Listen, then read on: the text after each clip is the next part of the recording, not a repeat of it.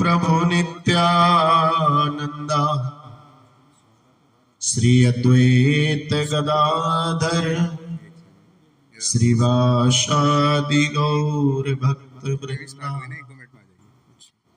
ओम अज्ञानतिमिरन्धस्य ज्ञानांजन शलाकया चक्षुरोन्मीलितं येन तस्मै श्री गुरवे नमः। श्री चैतन्य मनोविष्टं स्थापितं येन भूतले स्वयं रूप कदा मह्यं ददाति सुपदान्तिकम्।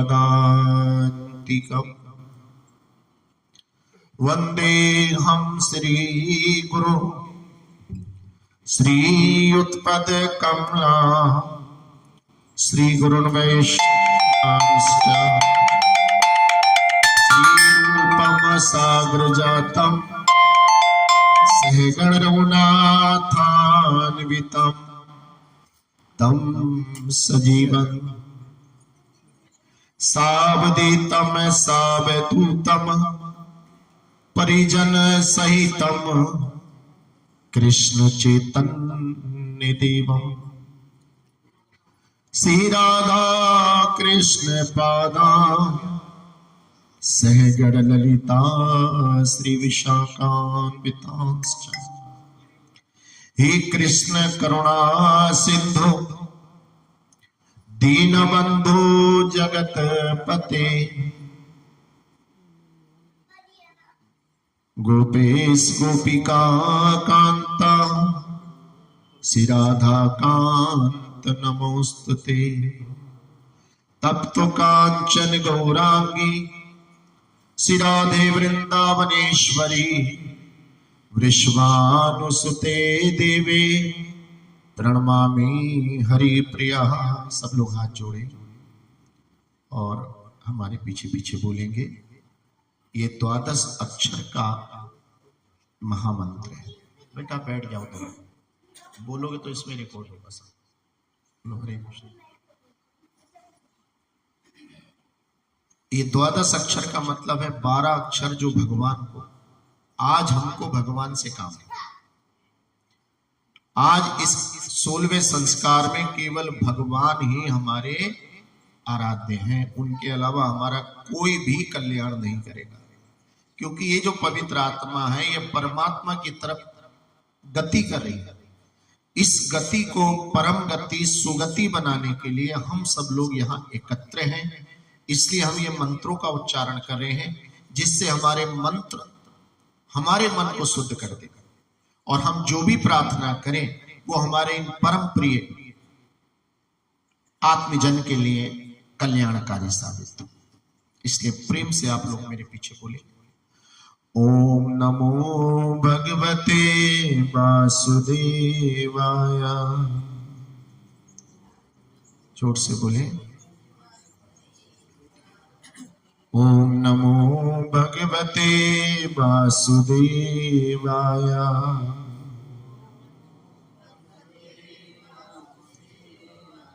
ओम नमो भगवते वासुदेवाय।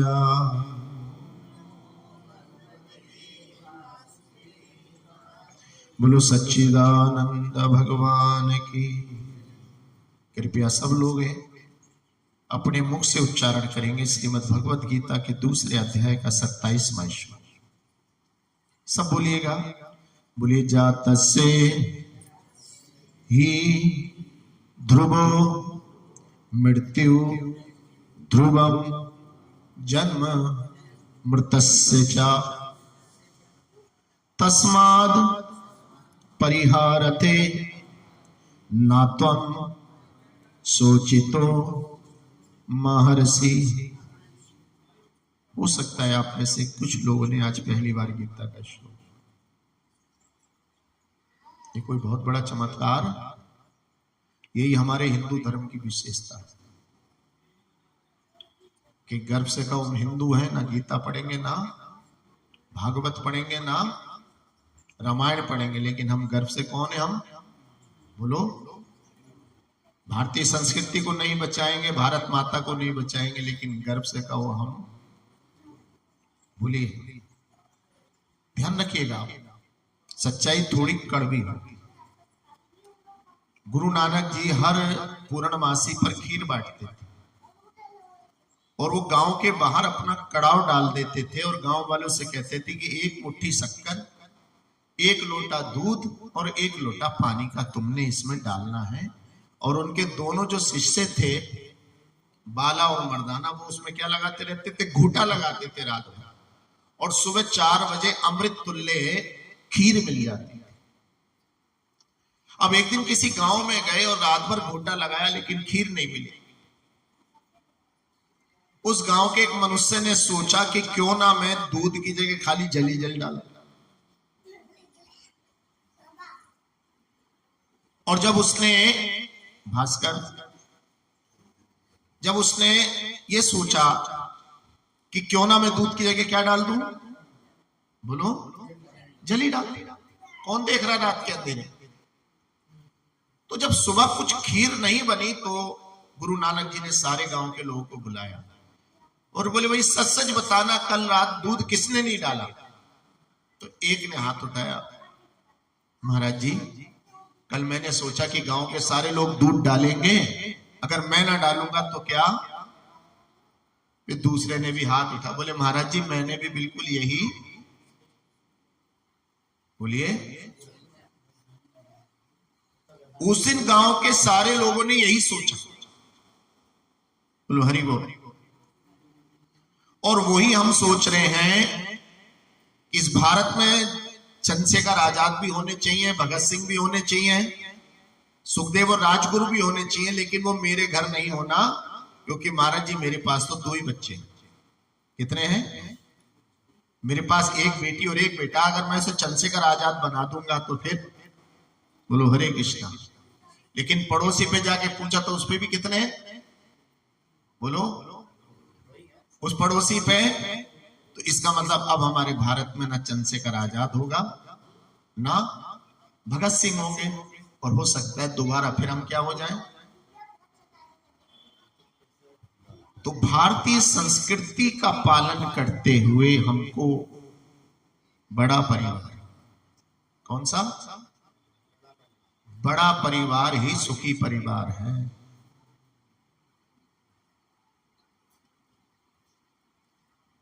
और जब बड़ा परिवार सुखी परिवार है तो छोटा परिवार क्या होगा, भगवान जाने। लेकिन बड़ा परिवार क्या है? बोलिए। देसी घी ताकत देता है, अब डालडा क्या करता है, हम क्यों कहें? बोलिए। भाई सोना तो कीमती है, पीतल क्या करे, हमें नहीं पता।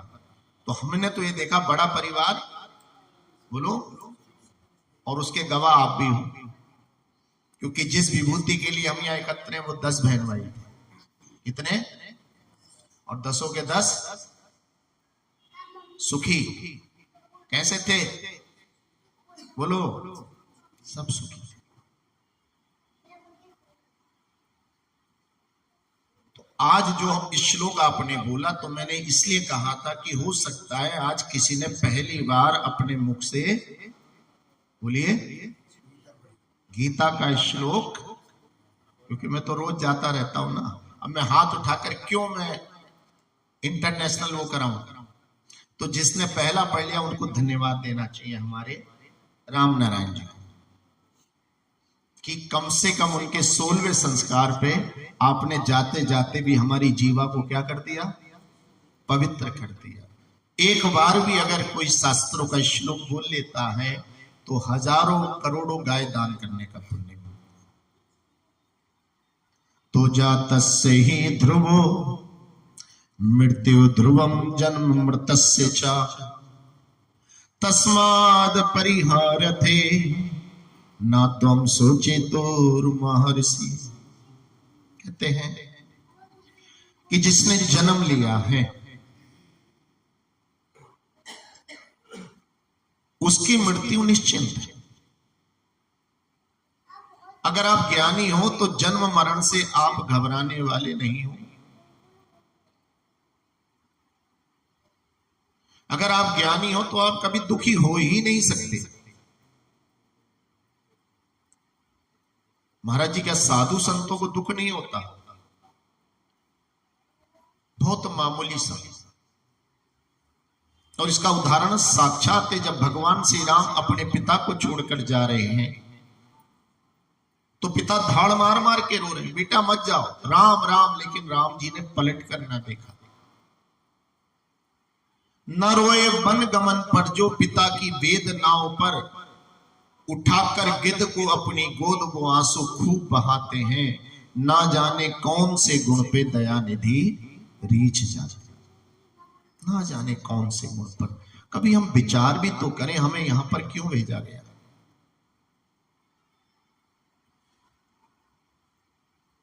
अरे हम तो वैसे समाज से हैं भैया, हमको बनिया कहते हैं। और बनिया क्यों कहते हैं? शायद हो सकता है कुछ बनियों को भी ये बात ना पता हो।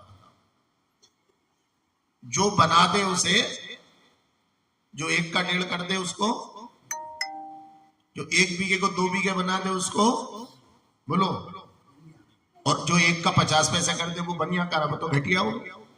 जिसने घटाया वो, और जिसने बढ़ाया वो बनिया।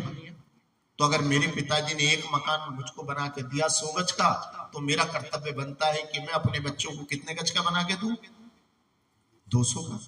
मेरे पिताजी ने अगर 1 करोड़ का व्यापार दिया था तो मुझे कितने का देना चाहिए था? बोलिए।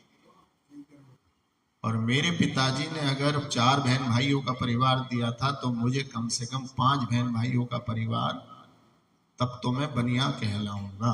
मैंने बढ़ाया, मैंने अपनी विरासत को क्या करा? बोलो। लोग कहते महाराज जी अब जमाना बदल रहा है, किसके लिए? अरे दूसरी तरफ डॉक्टर इंजीनियर होकर आतंकवादी बन रहे हैं, और हमारे डॉक्टर और इंजीनियर भाग रहे हैं। उन्हें भारतीय संस्कृति से कोई मतलब नहीं। पैकेज बढ़िया होना चाहिए महाराज जी। महाराज जी बेटे का 2.5 करोड़ का पैकेज हो गया, बहुत बढ़िया। लेकिन तेरे पास कौन रहता? नहीं, मेरे पास महाराज जी कोई नहीं रहता। सुभाष चंद्र बोस IAS थे भैया। 1940 में सुभाष चंद्र बोस क्या थे? IAS, इंडियन एडमिनिस्ट्रेटिव सर्विस के बहुत ब्रिलियंट स्टूडेंट थे। लेकिन भारत माता की सेवा के लिए उन्होंने क्या छोड़ दिया? बोलो। और आज हम जरा से कागज के टुकड़ों के लिए अपने माता पिता की सेवा को छोड़कर क्या करें? विदेशों में महाराज जी ग्रीन कार्ड होल्ड हो गए, ग्रीन कार्ड होल्डर हो गए। लेकिन जो गीता का ज्ञान आपको यहां मिलेगा वो कहीं नहीं मिलेगा। और गीता का ज्ञान यह है कि जिसने माता पिता की सेवा कर ली, उससे बढ़िया कोई श्रवण कुमार नहीं है, उससे बढ़िया कोई श्रवण कुमार। तो जब जन्म और मृत्यु सबकी होनी है और ये निश्चिंत है, तो आगे कह रहे हैं तुमको पुनर्जन्म भी मिलेगा, लेकिन तुम्हें अपने कर्तव्य से विमुख नहीं होना चाहिए और ना ही शोक करना चाहिए। हमारा कर्तव्य क्या है? जननी जन्मी भूमि स्वर्ग से महान है। अगर मुझे इस भूमि में रहने का अवसर मिल रहा है तो ये मेरे लिए बहुत महानता की बात है। अरे आपका मकान मुरादाबाद में है, आपका बच्चा 10,000 रुपया महीना कमा रहा है, केवल कितना? 10। लेकिन यहाँ अपना मकान है, मम्मी पापा भी हैं, बहन भाई भी हैं, लेकिन उसकी नौकरी दिल्ली में 50,000 पर लग गई, जिसमें उसने 20,000 का मकान किराए का लिया, 20,000 खर्चे पे करा, 10,000 भी मुश्किल से उसने क्या करे? बोलिए, बचाए। तो उसमें फिर आपको फायदा क्या?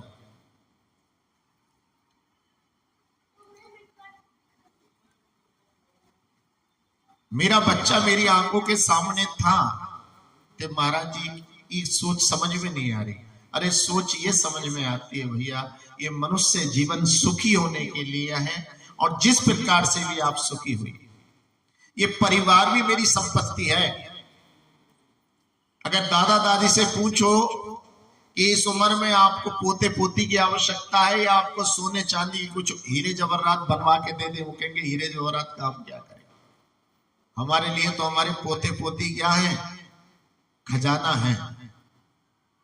एक समय तक हम धन के पीछे भागते हैं, लेकिन शास्त्र कहता है धन से ज्यादा जरूरी परम धन है। और परम धन क्या है?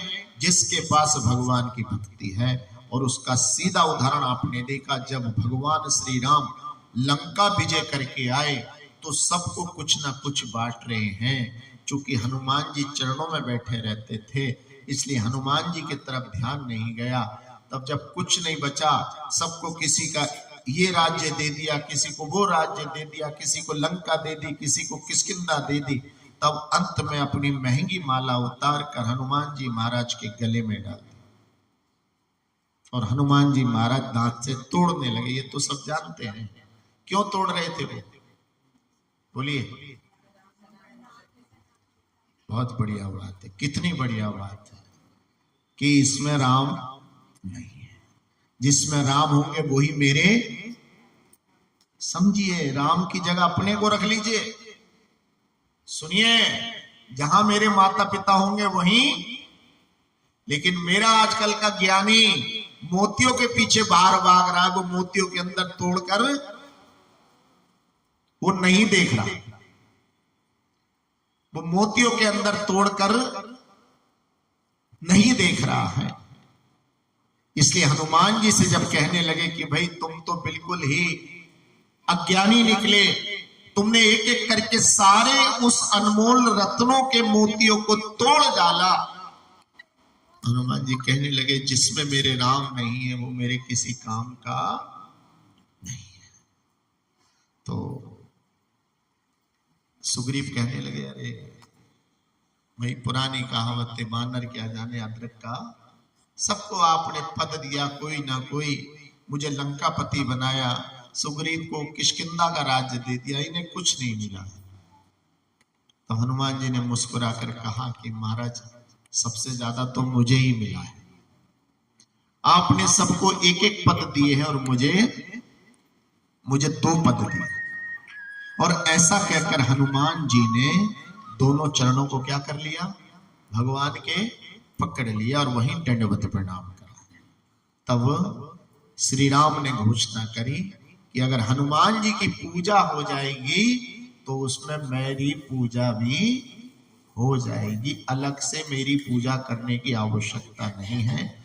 इसलिए इस कली काल में हमारे बालाजी महाराज का इतनी महत्ता बढ़ती चलेगी। अरे मंदिर तीरथ जा न सको तो बस इतना ही कर जाना, माता पिता जो घर में बैठे सेवा उनकी, माता पिता जो घर में बैठे सेवा उनकी।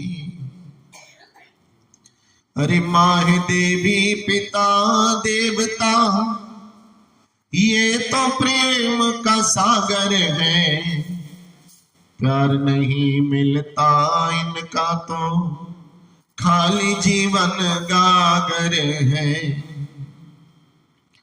कर्ज इनका ना चुका सकोगे बस इतना ही कर जाना, माता पिता जो घर में बैठे सेवा उनकी। अरे माँ ने तुझको जन्म दिया है, जाने कितने दुख सह कर, पिता ने तुझको पाला पोसा अपना तन मन धन देकर। बड़ा कष्ट होता है महाराज जब माँ बच्चे को जन्म दे। इस मुरादाबाद के रामगंगा बिहार की सच्ची घटना 6 महीने के अंदर की बता रहा हूं। पिता की तबीयत खराब हुई, मां ने फोन करा अपने विदेश में बैठे हुए बेटों को, जिन पे ग्रीन कार्ड होल्डर थे, उनको फोन करा, बेटा तुम्हारे पिताजी की तबीयत अच्छी नहीं चल रही है, कुछ दिन के लिए आप यहाँ। कहा मम्मी तुम तो जानती हो बाहर नौकरी करना आसान, ये बनिए की दुकान नहीं है माता जी, ये इंडिया नहीं है, यहां पर इतनी जल्दी से छुट्टी। अच्छा प्रयास करो बेटा, प्रयास करो। कहा वो देखता हूं। मां चिंता करी अपने पति की, और चिंता करते करते पति से पहले मां भगवान के नाम पूछी। पिता ने भर्राए गले से कहा बेटा जल्दी दोनों आ जाओ, कैसी भी फ्लाइट मिले जल्दी आ जाओ। ठीक है देखता हूं। एक दिन बॉडी रखी रही फ्रीजर में, छोटा बेटा आ गया, पिता के कंधे पे हाथ रखा। पिता ने कहा आ गए बेटा? बोले हाँ। बोले चलो पिताजी कर दो।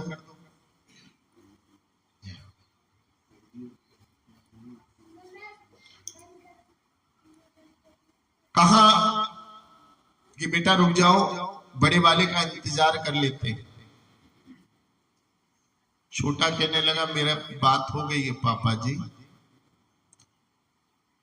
कर लीजिए।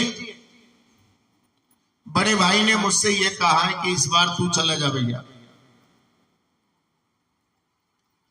बड़े भाई ने मुझसे क्या कहा है?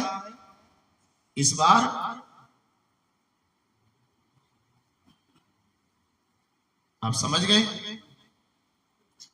इस बार तू चला जा। अगली बार का मतलब जब पिताजी मरेंगे तो फिर मैं चला जाऊंगा। क्या हमने इसलिए ही पाश्चात्य संस्कृति का अपने बच्चों को सिखाया था? क्या इसी करके हमने अपने बच्चों को अपनी भारतीय संस्कृति से दूर रखा? अरे वो श्रवण कुमार अपने कंधे पर अपने माता पिता को लेकर जा रहा है तीर्थ कराने।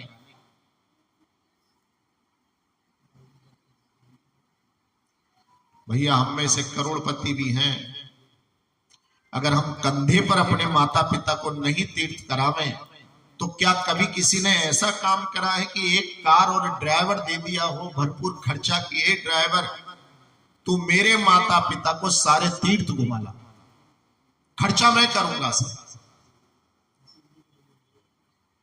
क्या किसी पिता ने पुत्र ने यह सोचा है कि साल में एक बार मैं अपने माता पिता को किसी तीर्थ पे लेकर जाऊं? स्विट्जरलैंड में और जने कहां कहां पर हम लोग छुट्टियां मनाने चले जाते हैं, घूमने चले जाते हैं विदेशों में। लेकिन आज हम देख रहे हैं कि हमारी रुचि तीर्थों से कम हो रही है, जिसके कारण हमारी खुशी भी आर्टिफिशियल होती चली जा रही है। शास्त्र कहता है अरे मिलता है सच्चा सुख केवल भगवान तुम्हारे चरणों में, ये बिनती है पल पल छिन छिन रहे ध्यान तुम्हारे चरणों में। अरे महाराज जी अगर हमें सुखी होना है तो ईश्वर की तरफ चलना होगा। और ईश्वर कौन है ये संत लोग बताएंगे। अरे हमारे तो शास्त्रों में बताया गया है कि ये पृथ्वी जो टिकी हुई है ये केवल संतों की कृपा से टिकी हुई। ये पृथ्वी जो टिकी है, कल अमेरिका ने परीक्षण करा परमाणु बम का, जो उसने हिरोशिमा पे नागासाकी पे गिराया था उससे 24 गुना ज्यादा। और ऐसे उसके पास 550 बम है, रूस के पास 650 बम है। मतलब एक एक देश के पास पूरा संसार खत्म करने की शक्ति है, लेकिन संसार को बचाने की शक्ति केवल और केवल भारत के पास है। संसार को तबाह करने की शक्ति सब अपनी इकट्ठा कर रहे हैं, लेकिन संसार को बचाने की शक्ति केवल केवल भारत पर है। और ये आज से हजारों साल पहले हमारे संतों ने लिखा कि ये काम क्रोध लोभाना बीतरागा न गोचरे सदाचार स्थितास्ते साम अनुभावे धृतामहि। विष्णु पुराण के तीसरे स्कंद के 12वें अध्याय का 42वां श्लोक है और इसमें बताया गया है कि ये संसार किन के ऊपर टिका है। तो कहते हैं ये संसार जो क्रोध से रहित हैं, जो काम से रहित हैं, जो अहंकार नहीं करते हैं, सदाचारी हैं, भगवान के भक्त हैं और मानव धर्म के पुजारी हैं, ऐसे लोगों के ऊपर ये संसार टिका है।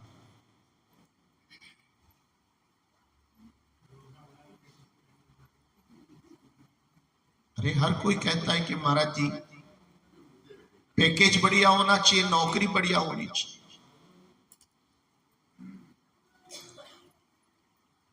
पैकेज बढ़िया हो, नौकरी बढ़िया हो, लेकिन किसी का भी धर्म यह नहीं सिखाता कि घमंड से दूर रहो। ये घमंड से दूर रहने की शिक्षा केवल और केवल हमारे भारतीय दर्शन में है। अगर आप संसार को बचाना चाहते हो तो घमंड से दूर रहिए। देखिए कितनी बड़ी बात आज से लाखों वर्ष पहले कही थी। हे पुतिन, हे किम, हे ट्रम्प, घमंड करोगे तो संसार क्या हो जाएगा? नष्ट हो जाएगा। क्या आज से लाखों वर्ष पहले पता था कि जरा से घमंड के कारण रसिया और यूक्रेन लड़के एक दूसरे से बर्बाद हो जाए? क्या किसी को पता था कि इजराइल और फिलिस्तीन घमंड में एक दूसरे से मारे जाएंगे? तो कितने साल पहले आज की भविष्यवाणी कर दी गई थी। काम अनलिमिटेड डिमांड्स, मुझ पर ये भी होना चाहिए, मुझ पर वो भी होना चाहिए, मुझ पे ये भी होना चाहिए। आपको जानकर आश्चर्य होगा, आज भी खान पान गांव का वेस्ट है। आज भी खान पान कहां का? बोलिए। गांव की सब्जी, गांव का अनाज, गांव का गुड़, गांव का घी, गांव का दूध आज भी, बोलिए। शहर से ज्यादा आपको फ्रोजन की सब्जियां मिलेंगी, दूध फ्रिज में रखा हुआ मिलेगा, पनीर फ्रिज में रखा हुआ मिलेगा, वहां हर चीज ताजी है। और फिर जरा भैया अपने बच्चों की तरफ चलिए, जो लंबे लंबे चौड़े चौड़े पैकेज पर गुड़गांव में, नोएडा में धक्के खा रहे हैं, वो केवल जोमेटो और स्विगी का ही, बोलो, खा रहे हैं। यानी कि उसमें बनाने में जो वस्तुएं इस्तेमाल हो रही है वो बिल्कुल खराब हो रही हैं, और उन वस्तुओं की खराबी को दूर करने के लिए उसमें तेज मसाले छिड़क दिए जाते हैं, उसमें केमिकल छिड़क दिए जाते हैं, उसमें तरह तरह की चटनियां, अचार डाल दिए जाते हैं, जिससे आपका बच्चा सड़ा गला खाता रहे और बीमार होता है। और हम यही देख देख के खुश होते रहे कि हमारे बच्चे का पैकेज बहुत, भले चाहे उम्र कम होती चली जाए, चाहे उसकी आंखें खराब हो जाए, पेट खराब हो जाए, दांत खराब हो जाए, बस सुखी काय किस बात की है कि उसका पैकेज महाराज जी मुरादाबाद में रखा ही किया है। गांव वाला सोचता गांव में रखा ही किया है। अरे भैया जान है तो बोलिए। एक बच्चा भी अभी बेंगलोर से लौटा, उसकी कंपनी ने उससे इतना काम लिया, software engineer, CS computer science से पढ़कर गया। महाराज जी बहुत बढ़िया पैकेज है, महाराज जी बढ़िया पैकेज, लेकिन 16-16 घंटे काम करना पड़ता है। जब एक दिन उन्होंने हमें बुलाया जन्म पत्री देखने के लिए, मैंने कहा भाई बालक को अपने यहां बुलाओ। कहते नहीं महाराज जी कैसी बात करो, यहां पर क्या रखा है? महाराज जी ब्रेकफास्ट बॉम्बे होता है, तो लंच उसका कलकत्ता में होता है, और डिनर मद्रास में होता है। ये तो मेरे बालक का हाल है। और उसके हाथ से कभी लैपटॉप छूटता नहीं। मेरे साथ आप मिल सकते हो। आज उस बच्चे ने बिस्तर पकड़ लिया है, उसकी कमर में बेल्ट बनती है, आंख पे चश्मा है, गर्दन जरा सी टेढ़ी है, अब इसके जो बैंक में जो बैलेंस है, ज्यादा नहीं भैया, 80-85 करोड़ रुपया जो इसके बैंक बैलेंस है, वो उस बच्चा उसका क्या करेगा? उस बालक की शादी नहीं हो रही जिसकी गर्दन टेढ़ी हो गई है, कमर में पट्टी बनती है, केवल किस लिए? वो लगा रहा वर्क फ्रॉम होम। अरे कहां भैया? कि हमारे शास्त्रों ने कहा था कि सबसे पहले 8 घंटे सोइए, फिर 8 घंटे अपना व्यापार या कार्य करिए और 8 घंटे हरि का भजन करिए, और 24 घंटे हो जाएंगे, पूरा दिन निकल जाएगा। कभी हमने सोचा, भैया जरा थोड़ा बुरा मत मानना, आप लोग बातें कर रहे हो और ये शांति सभा, खरी बात तो ये शांति सभा में सबको शांत रहना, केवल मुझे और आपसे कहा जाए तब आप बोले। लेकिन मुझे बड़ा दुख हो रहा है कि यहां पर आप लोग बातें कर रहे हो, शांति कर रहे हो, उसका मतलब आप हमारे राम नारायण गर्ग जी के लिए शांति सभा में शामिल होने नहीं आए। कृपया शांत होकर सुनिए जो बात मैं कह रहा हूं आपसे। शांति सभा का मतलब है बिल्कुल शांत होकर अपने हृदय से प्रार्थना करते रहे कि हे भगवान, इस पुण्य आत्मा को अपने श्री चरणों में क्या करें? श्वासित करें। हमारे शास्त्र ने हमसे सबसे पहले बताया कि आप 8 घंटे विश्राम करें, क्योंकि शरीर को विश्राम देने से शरीर की एक्टिविटी बढ़िया होती है, स्वस्थ रहता है। 8 घंटे अपना व्यापार करिए या नौकरी करिए, या बच्चा है तो पढ़ाई करिए, अध्ययन करिएगा। और बिल्कुल श्लोक आया कि विद्यामित्रम प्रवासेषु भार्या मित्रम गृहेषु च, और व्याधि औषधम मित्रम धर्मो मित्रम मर्तस्य च। कहते अगर संसार में कहीं घूमोगे तो विद्या आपकी मित्र है। संसार के अंदर कहीं भी घूमोगे तो विद्या से बड़ा आपका कोई मित्र, बोलिए। अगर हम इंजीनियर हैं तो इंजीनियरिंग के विद्यालय के कहीं भी जाएंगे तो हमारी क्या करती रहेगी? अगर हम डॉक्टर हैं तो डॉक्टर की विद्या हमारी हर जगह क्या आएगी? देखिए, चाहे हम दिल्ली चले जाएं, चाहे हम कहीं चले जाएं।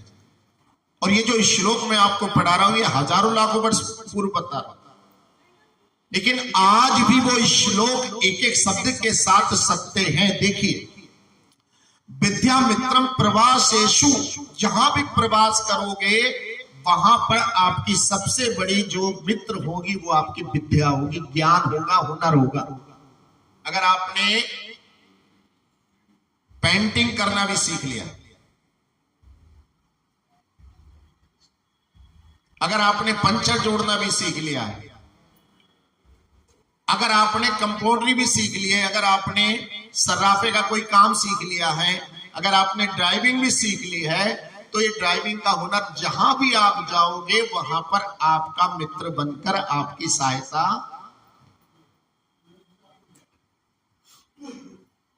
आपकी सहायता।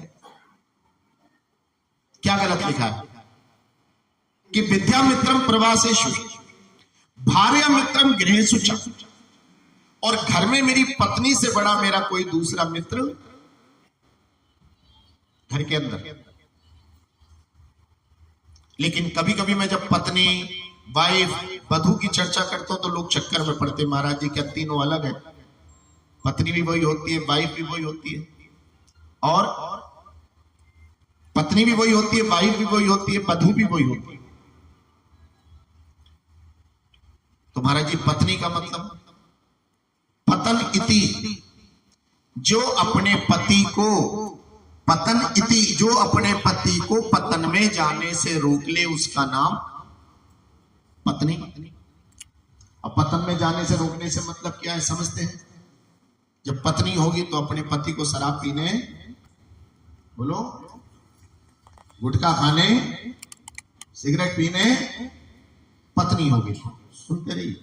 क्योंकि ए मेरे पति देव, इसको पीने खाने से आप कौन से रास्ते पे चले जाओगे? पतन की। इसलिए मैं ये काम करने, जुआ खेलने, क्रोध करने,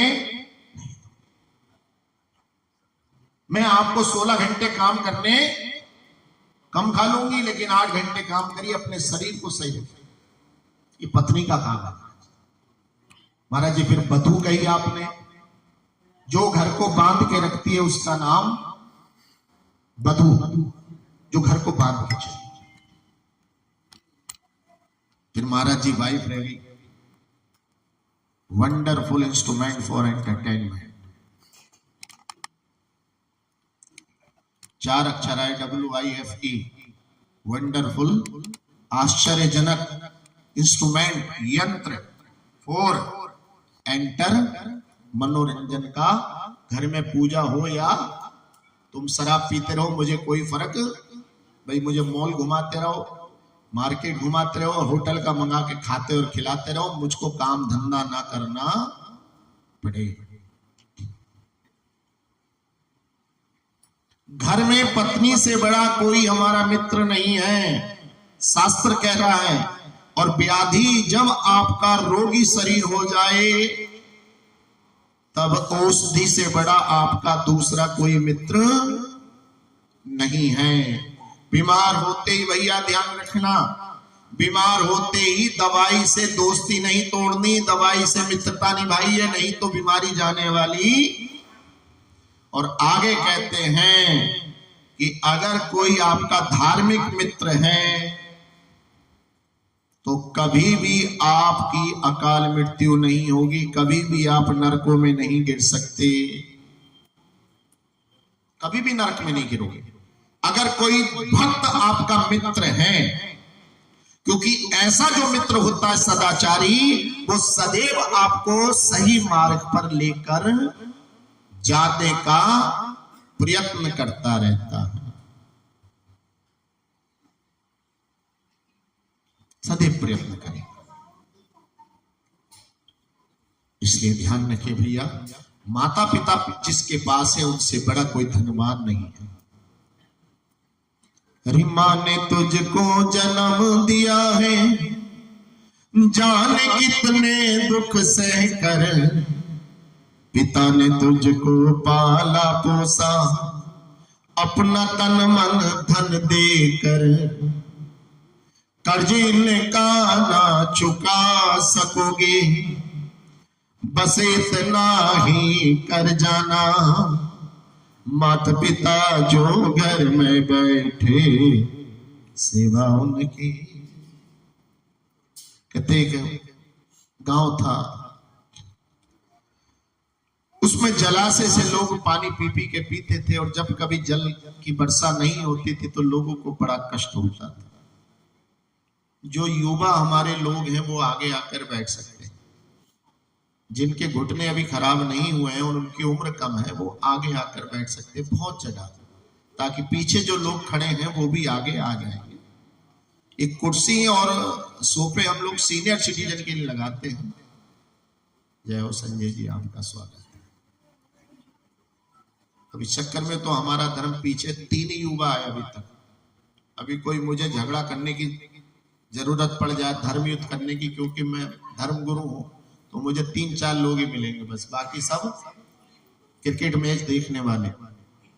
बोलो हरे कृष्ण। ध्यान रखना भैया, इस भूल में मत रहना कि आप बहुसंख्यक हो, इस भूल में बिल्कुल मत रहना, नहीं तो इस रामगंगा बिहार आसियाना दीनदयाल नगर आवंतिका में घूम के देख लेना, मकान भले ही आपके ज्यादा है, उसमें संख्या, बिहार का रिजल्ट देखकर कुछ लोग बड़े फल फूल रहे, लेकिन ज्यादा दिन नहीं, 10 साल मुश्किल से। कहते हैं कि जब हम अपने धर्म अपनी संस्कृति की रक्षा नहीं करेंगे तो धर्म हमारी रक्षा नहीं करेगा। अगर हम धर्म बचाएंगे, धर्म बढ़ाएंगे, धर्म को सशक्त करेंगे, तब धर्म हमारी रक्षा करेगा। कल एक सज्जन मुझसे कह रहे थे, धीरसान जी क्या कह रहे हो आप कि हिंदुओं का नाश हो जाएगा, ऐसे कैसे हो सकता है? हिंदुओं के लिए तो कहा गया है शास्त्र में कि ममे वांसो जीव लोके जीव भूत सनातना, ये सनातन धर्म कभी खत्म होने वाला। तो मैंने उनसे कहा, महाराज जी कश्मीर वाले भी कभी ऐसे ही कहते, कश्मीर के लोग भी क्या कहते थे, बोलो, कि ये स्वर्ग की है। कहां गए लोग? कभी लाजपत नगर वाले भी हमारे ऐसे कहते थे, जिगर कॉलोनी वाले भी हमारे, 84 घंटा सुपलों की कुआ, सब लोग ऐसे कहते थे। बोलो हरे कृष्णा। धीरे धीरे सब जब हम सोते रहेंगे तो काम ऐसे ही होता रहेगा। तो एक भगवान की वर्षा से वो जलाशय भरता था और उस गांव के सारे लोग उससे जल पीकर अपनी क्षुधा शांत करते थे। लेकिन एक बार वर्षा नहीं हुई। एक सेठ को थोड़ी दया आ गई और उसने वहां बड़ा सा एक कुआं बनवा दिया। और जब कुआं बनवा दिया तो अब 24 घंटे 7 दिन 12 महीने उस गांव में पानी मिलने लगा और लोग बड़े खुश हो गए। और उस सेठ ने वहां पर एक अपना बोर्ड भी लगा दिया कि इन सेठ ने अपने माता पिता की स्मृति में इस कुएं का निर्माण कराया, और लोग उनको बड़ा साधुवाद देते थे। लेकिन एक दिन उस कुएं के अंदर उसी गांव का एक छोटा सा बालक खेलते खेलते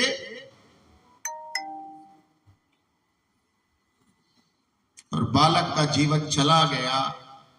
बालक के परिवार ने वहीं बैठकर उसी सेठ का नाम ले लेकर कोसना शुरू,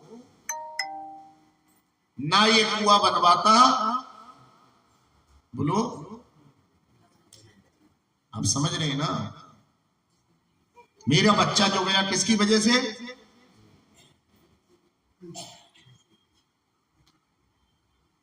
वही कहते हैं कि आज भी भगवान ने संसार में एक कुआं बना दिया। एक संसार जो है उस गांव के समान था, लेकिन भगवान ने एक भवसागर रूपी कुआं बना दिया इसमें।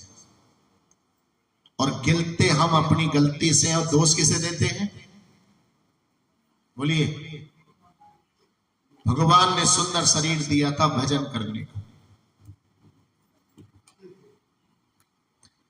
हरि भजहु रे मन श्री नंद नंदन, अभय चरणरविंद रे। दुर्लभ मानव जन्म सतसंगे, तरह रे भव सिंधु रे। भजहु रे मन श्री नंद नंदन, अभय चरणरविंद रे। ए मेरे मन, सबसे पहला काम तेरा हरि का भजन करना है। सबसे पहला हमारा काम हरि का भजन करना है, पहला काम।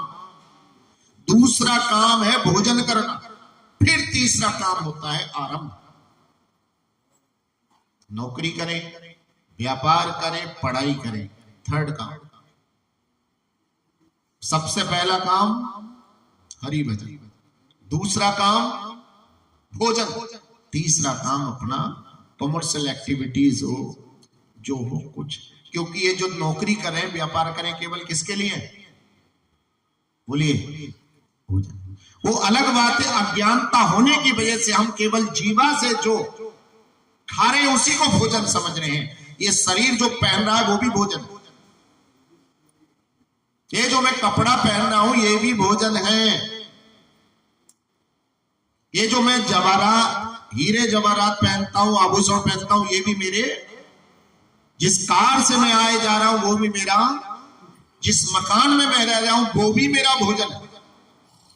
शरीर के उपभोग की जितनी भी वस्तुएं हैं वो सब मेरा भोजन है। और शरीर के उपभोग से अलावा जो भी मैं देश सेवा करता हूं, धर्म सेवा करता हूं, माता पिता की सेवा करता हूं, राष्ट्र की सेवा करता हूं, पर्यावरण की सेवा करता हूं, निर्धन कन्याओं का विवाह कराता हूं, निर्धन बच्चों को शिक्षा दिलाता हूं, ये सब का सब मेरा भजन है। ये सब मेरा भजन है। मेरी अब शरीर की आवश्यकताएं वो मेरा भोजन में है। इसलिए सबसे पहले मेरा भजन बढ़िया होना चाहिए। अरे कहे हनुमंत विपति प्रभु सोई, जब तप भजन सुमीरन न होई। हनुमान जी महाराज ने साफ बोल दिया है, हे दुखी रहने वालों दुखी रहो, क्योंकि तुम जब तक दुखी रहोगे जब तक तुम्हारा भजन ठीक कहे हनुमंत विपत्ति प्रभु सोई, जब तप भजन सुमिरन ना होई। अगर आपका भजन एक बार बिगड़ गया तो फिर आपको कोई दूसरा सुखी नहीं कर सकता। आप ये कहते रहे तो महाराज जी हम लोगों के साथ भलाई करते लोग, फिर भी हमारी, बोलिए, अरे सेठ जी ने कुआं काय के लिए बनाया था, बोलो, और उनको भी क्या मिली आखिर में, बोलो, ना तुम कुआं खोदते ना हमारा बच्चा। ऐसी भगवान ने इस संसार में भव सागर बना दिया। भव माने भैया अंधेरा कुआं, और हम गिरते हैं जाकर। एक बड़ी अच्छी संस्था ने मुझे बुलाया अभी, और जब मेरा प्रोग्राम करते करते साइड में कॉकटेल शुरू हुआ तो मैंने उनसे पूछा कि आपके इसमें कितने पढ़े लिखे लोग हैं। कहते महाराज जी मैक्सिमम सब लोग पढ़े लिखे, कोई डॉक्टर है, कोई इंजीनियर है। मैंने कि मुझको नहीं लगता। किसी दूध की डेयरी के बाहर लिखा हो कि हमारे यहाँ का दूध पीने से आप बीमार हो सकते हो, दूध लोगे क्या, बोलो। कोई जूस की दुकान पे लिखा हो मेरे यहाँ का जूस पीने से बीमार पड़ सकते हो, पियोगे क्या। शराब की बोतल पे लिखा होता है कि इसको पीने से स्वास्थ्य खराब हो जाएगा, फिर क्यों पीते हो। उस समय हम आंखें बंद कर लेते हैं, अनपढ़ हो जाते। गुटखा तंबाकू पे लिखा रहता है इसको खाने से कैंसर होगा, फिर हम आंखें बंद कर लेते क्या। यानी कि कहीं कहीं हम अज्ञानी होने का नाटक करते हैं, क्योंकि हमने किसी संत के चरण नहीं पकड़े। हमने संतों का संग छोड़ दिया ये सोचकर कि शायद संसार के लोग मेरे काम आएंगे। भैया ध्यान रखना, हमेशा संत ही आपके काम आए। और मैं नहीं कह रहा हूं, ये श्लोक कह रहा है, अगर भगवान का भक्त आपका कोई मित्र है, सदाचारी है, तो वो आपके अंत में काम आएगा, क्योंकि उसके साथ रहते ही आपको भगवान का स्मरण होता रहेगा।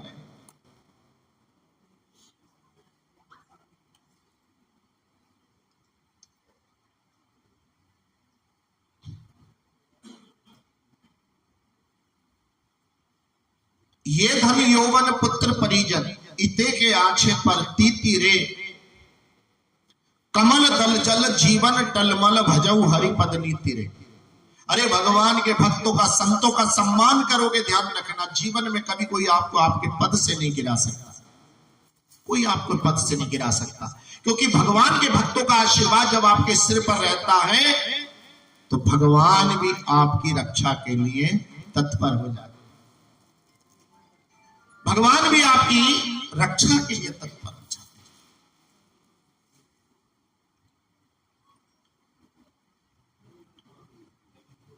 केवल जरा सा संत का अपमान करने से कुबेर के दोनों पुत्र मणिग्रीव और नलकूबर को पेड़ की योनि में जाना पड़ा था। कुबेर, जिस धन को आप जिस तिजोरी में रखते हो ना, उस महल का राजा कौन है, बोलो। ये पंडित जी से पूजा जरूर करा देते हो, ओम कुबेराय नमः, लेकिन ये नहीं पूछते महाराज जी कुबेर है कौन। कुबेराय नमः करके शुभ लाभ लिख के, लक्ष्मी गणेश लिखकर तीसरी कर दी, पंडित जी को दक्षिणा दे दी, बस। अरे कुबेर कौन है, ये उस तिजोरी को कुबेर कहते हैं। कुबेर खुश रहेंगे तो उसके अंदर लक्ष्मी सुरक्षित रहे। ये कुबेर महाराज की पूजा का रहस्य है। लेकिन इनके जो दो पुत्र थे, नलकूबर और मणिग्रीव, वो अपने पिता के धन के ऐश्वर्य पर आकर मदमस्त हो गए और अहंकारी हो गए। स्वर्ग की अप्सराओं के साथ ब्रह्म सरोवर में स्नान कर रहे थे और उधर से भगवान के सुधभक्त नारद जी निकल कर जा रहे थे। और जब भगवान के भक्त होते हैं तो वो भगवान का नाम लेकर जाते हैं। हरे श्रीमन नारायण नारायण नारायण, सब लोग बोल सकते हैं। वो भजमन नारायण नारायण हरि हरि, वो तेरी लीला जग से न्यारी न्यारी हरि हरि।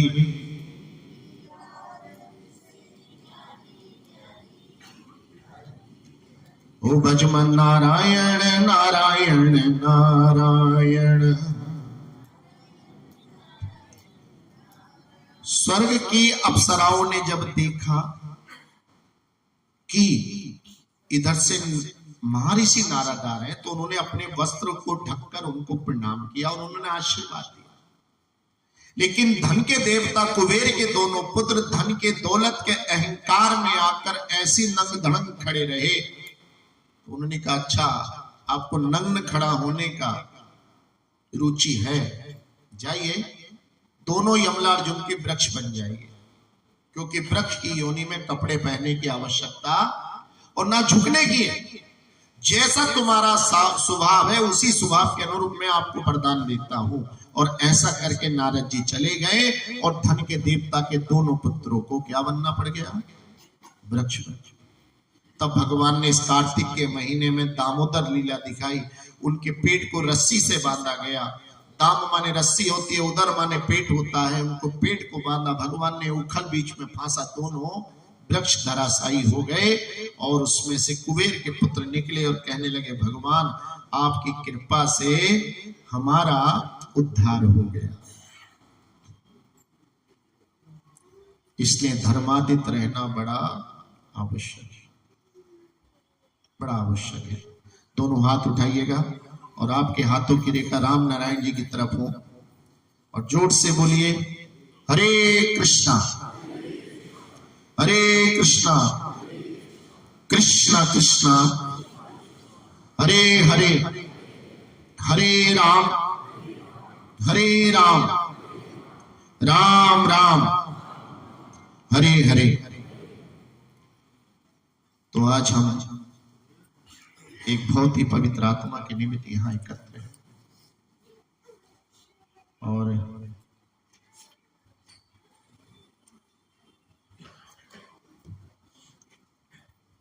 इस पवित्र आत्मा के